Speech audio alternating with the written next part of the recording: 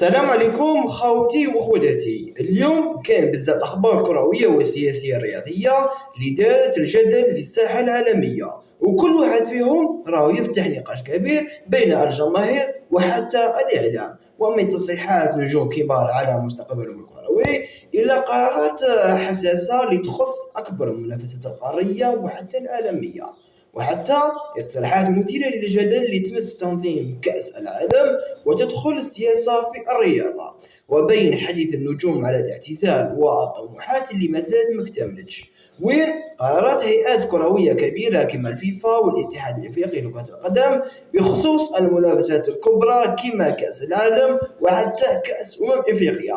وكمل هذه الاحداث تبين بلي كرة القدم ماشي غير لعبة، بل ولات عالم كامل فيه قرارات وصراعات وطموحات كبيرة. واليوم موضوعنا راح يجمع بين هذه التطورات الكل، ونحاولوا نفهموا واش راه صاري في الكواليس وكيفاش هذه الأخبار تأثر على مستقبل الكرة في العالم.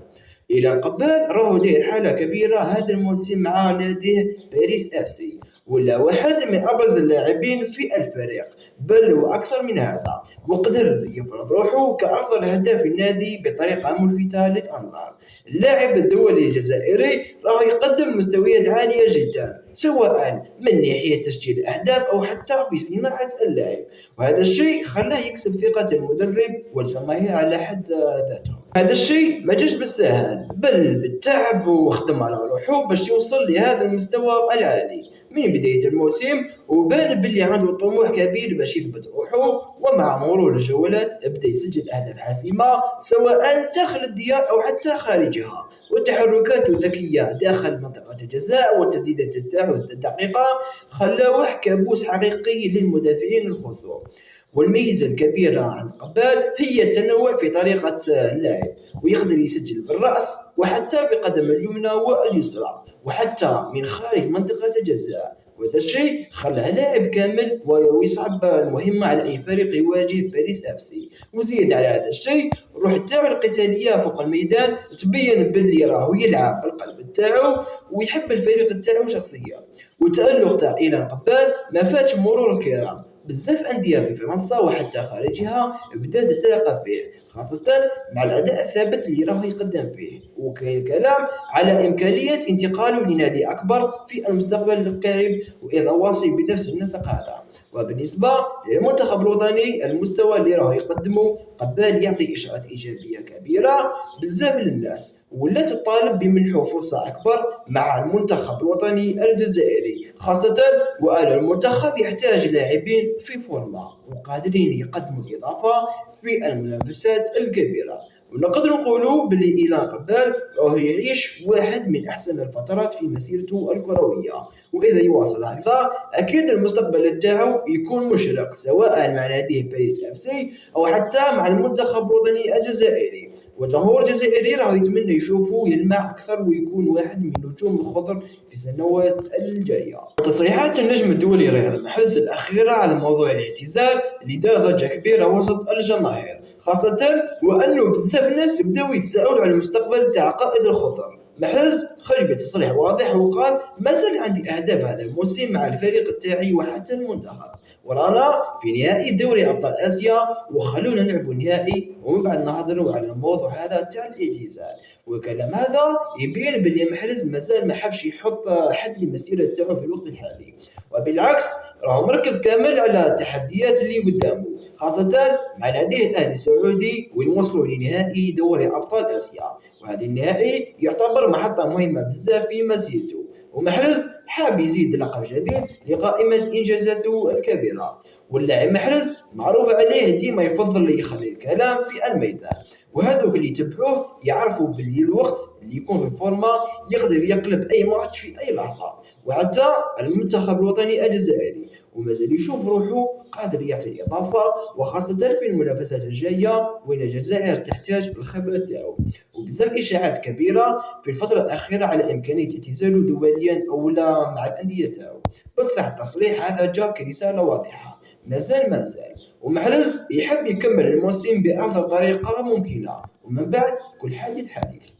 ونقدر نقولوا باللي رياض محرز مازال عنده شغف كبير لكرة القدم، وطموحه ما زال عالي سواء مع الأهلي السعودي أو حتى مع الخضر، والجماهير الجزائرية أكيد حابة تشوفه يواصل ويعطي أكثر، وخاصة مع هذه الفترة الحساسة اللي يحتاج فيها المنتخب لكل خبرة ممكنة. وكاين أخبار جديدة اللي خرجت تقول بأن الاتحاد الأفريقي لكرة القدم راه يدرس فكرة نقل تنظيم كأس الأفريقية لعام 2027 من الدول الثلاثة اللي كانت مبرمجة تستقبلها إلى بلد آخر. وهذا الخبر اللي ضجة كبيرة في الوسط الكروي الأفريقي، خاصة وأن القرار إذا يتأكد راح يكون عنده تأثير كبير على التحضيرات والتنظيم. والدول اللي كانت معنية بتنظيم الكان لعام 2027 راهي أوغندا وكينيا وتنزانيا، وفي إطار تنظيم مشترك. بصح كاين تقارير تقول باللي بعض المشاكل في البنية التحتية أو حتى في تأخر في الانشغال واللي خلاه الكاف يعاود يحسب حساباته ويفكر في بدائل أخرى باش يضمن تنظيم في المستوى. والاتحاد الأفريقي لكرة القدم معروف عليه يشدد بزاف في معايير تاع التنظيم، خاصة بعد الانتقادات اللي صارت في دورات سابقة لذلك. وإذا شاف بلي الأمور ماشية كما يلزم الحال يقدر ياخذ قرار بنقل البطولة لبلد جاهز أكثر من ناحية الملاعب أو النقل والفنادق. ومن جهة أخرى كاين بلدان إفريقية أخرى اللي دائما تكون مهتمة بتنظيم هذه المنافسات الكبيرة كما المغرب أو حتى الجزائر اللي عندهم منشآت قادرة تستقبل حدث بحجم الكان.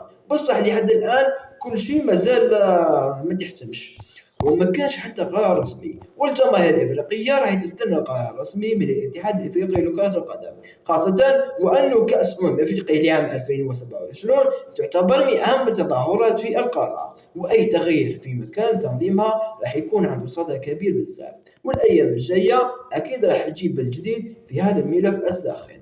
وخرجت في الساعات الأخيرة أخبار مثيرة للجدل تتداول على نطاق واسع وتتعلق باقتراح قدمه الرئيس الأفريقي السابق دونالد ترامب بخصوص تغييرات في قائمة المنتخبات المشاركة في كأس العالم، واللي اقترح حسب بعض التقارير استبدال المنتخب الإيراني بالمنتخب الإيطالي في المنافسة القادمة. وهذا الاقتراح اللي خرج صدم الوسط الكروي وحتى العالمي وخلق نقاش كبير في الإعلام وبين الجماهير، خاصة وأنه فكرة تمس مبدأ مهم بزاف في كرة القدم وهو مبدأ التأهل الرياضي ماشي بالقرارات السياسية وحتى الخارجية. ولكن الرد ما تأخرش من الاتحاد الدولي لكرة القدم واللي هي الفيفا، واللي خرج ورفض بشكل قاطع هذا الطرح، مؤكدا بأن المشاركة في كأس العالم تكون فقط على أساس النتائج فوق الميدان وعبر التصفيات الرسمية، وما كان حتى تدخل خارجي ليقدر يبدل هذه القاعدة. والفيفا شددت في بيانها على أن كرة القدم لازم تبقى بعيدة عن السياسة، وأن أي منتخب يربح مكانه في المونديال يكون عن طريق الأداء الرياضي فقط، سواء كان إيران أو إيطاليا أو حتى منتخب آخر. ومن جهة أخرى هذا الجدل خلى بزاف محللين وإعلاميين يعلقوا عليه، حيث شافوا باللي حتى ولو الاقتراح غير رسمي أو سياسي إلا أنه يفتح باب حساس بزاف بين الرياضة والدبلوماسية، خاصة وأن منتخبات كبيرة كما إيطاليا اللي عندها تاريخ عريق في كرة القدم تظل دائما تحت الضغط باش تتأهل عبر الميدان ماشي بطرق أخرى. واضح بلي الفيفا راهي حريصة بزاف على الحفاظ على قوانينها الصارمة، وأن الفيفا ما راحش تسمح بأي تغيير يمس نزاهة كرة كأس العالم. والرسالة اللي خرجت هي الكرة تبقى فوق الميدان وما كانش بديل للتصفيات والنتائج. وفي الأخير خاوتي نقدر نقولوا بلي كرة القدم ولات اليوم أكثر من مجرد لعبة، ولات عالم كبير اللي فيه قرارات كبيرة وتصريحات مثيرة وطموحات ما توقفش، سواء كان حديث اللاعبين على مستقبلهم والاعتزال أو قرارات الهيئات الكروية كما الفيفا والاتحاد الأفريقي لكرة القدم، أو حتى الجدل اللي يخرج حول منافسات كبيرة كما كأس العالم وكأس أفريقيا. وكل هذا يبين بأن الكرة راهي دائما في حركة وما تعرفش الثبات. وفي النهاية يبقى الأهم هو الروح الرياضية واحترام القوانين، لأن الميدان هو اللي يفصل بين الجميع، وما كان حتى قرار اللي يقدر يعوض النتائج اللي تتحقق فوق المستطيل الأخضر. والكرة تبقى للمتعة واللي يستاهل يربح فوق الميدان، والباقي كله يبقى مجرد كلام وإشاعات.